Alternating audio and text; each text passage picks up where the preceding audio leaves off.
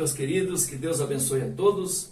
Estou gravando neste momento para contribuir com os nossos professores de Escola Bíblica Dominical com a aula dinâmica teológica voltada à explicação desta primeira lição desse segundo trimestre de 2022, que tem como objetivo, tem como tema os valores do Reino de Deus, a relevância do Sermão do Monte para a Igreja de Cristo.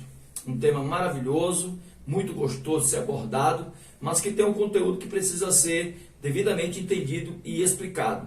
E o nosso objetivo é ajudar os nossos professores de escola dominical aqui de São Paulo, do interior, do norte, nordeste, do sudeste, do centro-oeste, a aprender, a aplicar esse conteúdo maravilhoso desta lição para a nossa Escola Bíblica Dominical de 2022, de março de 2022, né? Março não, perdão, de abril de 2022. Então vamos lá, aqui na nossa lição, os valores do reino, nós começamos observando que a lição, ela procura abordar a temática primária como um todo, a questão do reino, a grande mensagem de Jesus que aborda estes valores do reino baseado na maior mensagem de Jesus, que é o primeiro ponto que eu quero abordar aqui.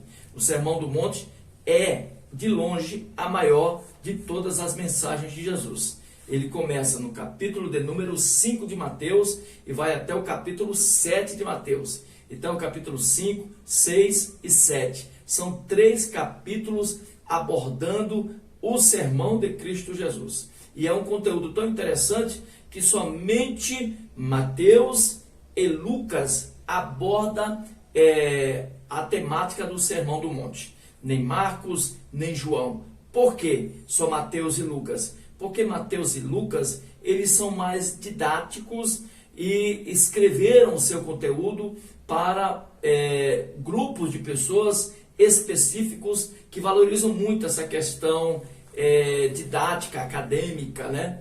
Teológica, que é os judeus e os gregos. Então nós vamos observar aqui por parte para te ajudar nesta questão da temática do Sermão do Monte. Introdutoriamente, primeiro observamos aonde foi a geografia, aonde foi anunciada a mensagem do Sermão do Monte do Senhor Jesus. Esta mensagem, eu tive o privilégio de estar lá, ela foi anunciada ali nas margens, ou melhor, 1,5 km a 2 km do Mar da Galileia, a cerca de 6 a 8 quilômetros de Cafarnaum, região onde morou Pedro, onde habitou Pedro e alguns dos seus discípulos, né? Tiago, João, em toda aquela região ali da Galileia. É um ambiente da Galileia, onde Jesus prega a mensagem do Sermão do Monte. E eu separei aqui algumas informações interessantes. Ele estava a mais ou menos uns 13 quilômetros de Jerusalém. A distância do Sermão do Monte, onde ele pregou ali aquela mensagem, até Jerusalém, dá cerca de 13 quilômetros. Então, o primeiro ponto a se observar nesta questão da geografia de onde Jesus pregou é a localização. Do lado do Mar da Galileia, a 13 quilômetros de Jerusalém, a uns 6,5 km, a 7 quilômetros de Cafarnaum, em uma região muito interessante. Os católicos construíram lá uma igreja, né? A igreja católica, e ali naquela igreja há muitos turistas. Eu estive lá para contemplar a beleza daquela igreja. A gente vai até o local onde Jesus provavelmente deve ter proferido o sermão, uma região com uma inclinação de uns 45 graus. Jesus ficou na parte de cima do monte, a multidão, cerca de 15 a 20 mil pessoas, sentou ali naquela relva, né, naquele gramado, para ouvir Jesus falando de cima para baixo. Então, geograficamente, é o primeiro ponto a se observar. O segundo ponto a se observar é a razão da origem do Sermão do Monte. Porque o Sermão do Monte foi proferido por Jesus. A primeira coisa a se observar é que talvez seja o Sermão do Monte o mais conhecido e mais importante sermão de Jesus. Não somente o maior, mas o mais conhecido e o mais importante. Porque no Sermão do Monte, nós aprendemos muitas lições que eu vou já abordar. Primeiro eu quero abordar essa questão histórica. Observe bem, ele proferiu o Sermão do Monte com o objetivo de lançar o seu ministério, as bases do seu ministério, de fundamentar as bases do seu ministério. Então, quando ele fala do conteúdo do Sermão do Monte, ele está literalmente expressando a sua mensagem com profundidade e clareza. Então, ele trata, no conteúdo do Sermão do Monte, dos temas mais importantes do seu ministério. Vale lembrar que Jesus estava ali falando para a multidão e para os seus apóstolos. Daqui a pouco vamos observar isso também. Pregando para aqueles que o seguiam ou o seguiriam, tá? Então este ponto também é importante. Um outro ponto a ser abordado é que o Sermão do Monte ele foi anunciado por Jesus pouco depois de Jesus ter sido batizado no Jordão por João Batista. Logo após o batismo, Jesus profere o Sermão do Monte, antes dele levantar os apóstolos e depois dele ter sido consagrado, ele faz a anunciação do Sermão do Monte. Também deve ser considerado um detalhe importante. Jesus ele prega o Sermão do Monte num período, num ambiente pós-destruição do Templo de Jerusalém. Então, havia todo um movimento em prol de uma reforma judaica que nós chamamos de reforma formativa, ou formativo, onde tinha por objetivo restabelecer o judaísmo. Então, o judaísmo tinha sido desconstruído por conta da invasão romana, por conta da questão cultural. Eles estavam tentando restabelecê-lo, tá? E Jesus começa o seu ministério estabelecendo o evangelho, o cristianismo. Por sinal, também pode-se dizer que o Sermão do Monte é um mini evangelho, um evangelho em miniatura ou um resumo do evangelho. Então, esta é a segunda parte, a parte histórica. A primeira parte é geográfica, a segunda histórica. Vamos lá. A terceira parte, eu fiz questão de classificar aqui, tem a ver com as referências citadas no Sermão do Monte. A citação primária é em Mateus capítulo 5. Começa lá as referências do Sermão do Monte.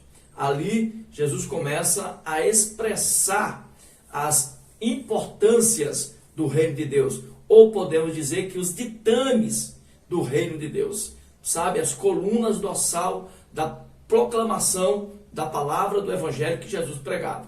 No evangelho de Lucas, que também é o outro livro que contém essa narrativa do evangelho, ou melhor, do Sermão do Monte, no capítulo 6, nós temos fragmentos do Sermão do Monte, porque diferente de Mateus, que narra por inteiro o Sermão do Monte, Lucas ele vai narrando por pedaços dentro do seu livro. Então, capítulo 6, capítulo 7, capítulo 8 e alguns capítulos adiante, ele vai estabelecendo alguns temas do Sermão do Monte, tá? Então, João não cita, Marcos não cita, e é bom deixar isso muito claro para você que está com a gente.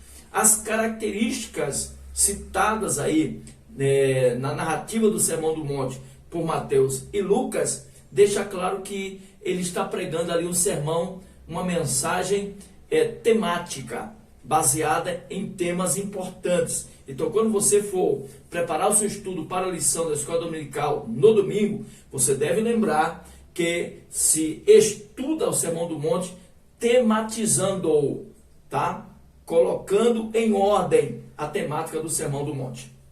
Este é o terceiro ponto que eu quero classificar aqui. O quarto ponto que eu quero classificar, tá? É referente à contextualização do Sermão do Monte. Para você entender, tá? O Sermão de Jesus possui peculiaridades únicas, não somente por ser o maior sermão proferido por Jesus, eu já falei isso aqui, mas também por possuir uma estrutura que, de certa forma, pode ser considerada, como eu também já citei, como o mini-evangelho. Jesus transmite as boas novas no Sermão do Monte, trazendo o seu conteúdo explicativo. Ele é tão completo, o Sermão do Monte, que é extensamente pode-se classificar, do capítulo 5 ao capítulo 7 de Mateus, 24 temas abordados por Jesus. Só no capítulo 5, nós podemos aqui abordar 8 temas importantes, tá? O primeiro dele é o quebrantamento, o segundo dele é o choro, o terceiro dele é a mansidão, o quarto dele é a retidão, o quinto é a misericórdia, o sexto é a pureza, o sétimo é a purificação e o oitavo é a perseguição por causa dos valores do reino de Deus. Então Jesus trata tudo isso a priori no capítulo 5, abordando em cada bem-aventurança esta questão primária dos valores do reino de Deus para todo aquele que segue a Jesus. Então, essa contextualização é importante ser observada na hora que você estiver estudando o livro, a revista do tema desta semana, que é a introdução à lição desse terceiro trimestre. Ou melhor, desse segundo trimestre, perdão. Então, vamos lá. Vale-se observar também que na contextualização deste Sermão do Monte, quando nós o contextualizamos, percebemos que todas as mensagens de Jesus estão fundamentadas na questão do Sermão do Monte. Então considere o Sermão do Monte como o mais importante sermão de Jesus, tá bom? Agora vamos lá para o quinto tópico. Acabei de explicar o quarto, vamos para o quinto. Temos que ser rápido, porque senão o vídeo fica muito longo, você termina enjoando, né? Vamos para o quinto tópico. A quem se destinou o Sermão do Monte? Eu falei agora há pouco, eu vou falar com mais clareza. Ele se destinou primeiro aos discípulos de Jesus. Está lá em Lucas capítulo 6, versículo 20. Segundo, a multidão, a todos que ali estavam para ouvi-lo. De 15 a 20 mil pessoas, tá? Isso está em Lucas também, no capítulo 7, versículo 28. Quer dizer, aos discípulos e a todos que ali estavam e a todos que desejam almejar ou alcançar o reino de Deus em suas vidas, tá? Vamos para o sexto tópico, tá? Vamos classificar algumas palavras que são tratadas dentro do Sermão do Monte, as mais importantes. Vamos para o vocabulário do Sermão do Monte. Classifiquei aqui, a priori, 2 palavras. A primeira, o reino de Deus, tá? Talvez essa seja a palavra mais citada, junto com o bem-aventurado, né? Que eu vou já explicar. A questão do reino de Deus é importante observar porque muitas pessoas não sabem o que é o reino de Deus. Pastor, como definir o reino de Deus de forma clara e específica? O reino de Deus é o governo divino. O reino de Deus é o domínio total de Deus sobre todas as coisas. Deus hoje tem o domínio total sobre os céus, não sobre a terra. Isso está claro na oração do Pai Nosso, né? Quando Jesus diz assim: que seja feita a tua vontade, aqui na terra como já é no céu. Quer dizer, no céu a vontade de Deus é soberana, mas na terra existem muitas interferências. A interferência humana, a interferência satânica, né? Então, na oração, quando alguém se entrega ao Senhor na oração do Pai Nosso, Jesus ensina que nós devemos entregar todas as vontades a Deus. Então, a primeira expressão mais importante do reino de Deus, ou melhor, do Sermão do Monte, é a palavra reino de Deus. A segunda é bem-aventurado, tá? E o que seria a expressão bem-aventurado? Eu posso substituir tranquilamente, sem corromper a palavra de Deus, a palavra bem-aventurado por feliz. Então eu poderia dizer: bem feliz aos que choram, feliz aos que são perseguidos, feliz aos que têm sede de justiça, feliz aos que clamam pela verdade. Então, essa expressão bem-aventurado pode ser substituída por feliz, tá? É outra expressão citada com abundância nos ensinamentos do reino de Deus, ou nos ensinamentos do Sermão do Monte. Sétimo tópico, tá? Fala sobre as grandes lições do Sermão do Monte. Não dá para tratar a fundo, mas as suas lições são extraordinárias. Por quê? porque a gente pode dividir aqui, como está na lição, os 8 tópicos mais importantes das lições de Jesus. Primeira lição é bem-aventurado os pobres de espírito, quer dizer, o que tem um coração quebrantado, não é um coração duro, não é um coração atribulado, mas um coração quebrantado diante de Deus, um coração manso. Então esta é a primeira lição do Sermão do Monte, ser quebrantado. Segundo, que sofrimento, dor, lágrimas fazem parte da nossa vida. E Jesus disse que é feliz o que chora hoje, porque vai ser consolado amanhã. Então quem nem chora, quem vive aí de abundância como o rico, é por isso que Jesus mandou pregar o evangelho ao pobre, porque o pobre só chora e o rico só sorri. Então o rico, por exemplo, não é bem-aventurado nesse aspecto. Por quê? Não tem com necessidade porquê de ser consolado. O pobre já tem. Segundo tópico. Terceiro, bem-aventurados os mansos, porque darão a terra. Quer dizer, quando o seu coração é manso, quando o seu coração é um coração submisso, é um coração equilibrado, temperado, dosado, Deus aprova o teu comportamento e a tua conduta, tá? O quarto tópico, bem-aventurado aquele que tem sede de justiça, quer dizer, a pessoa que gosta das coisas certas, que não folga com as coisas erradas, aquela pessoa que não tem, no dito popular, a malandragem no sangue, a esperteza, a malícia, mas o seu coração é puro. Estes serão fartos de justiça. Bem-aventurado aquele que tem misericórdia, porque alcançará misericórdia também. Porque Deus só tem misericórdia de quem tem misericórdia. Este é o quinto tópico. Sexto, bem-aventurado os puros de coração, porque estes receberão um galardão extraordinário. Verão a Deus. Meu Deus, que privilégio. Sétimo, bem-aventurado o pacificador, aquele que vem para juntar, não para separar, para unir, não para quebrar, para levantar e não para derrubar, tá? Oitavo, é bem-aventurado também o que é perseguido por amor do nome de Jesus. Então essa é a estrutura, tá? Do Sermão do Monte, tá bom?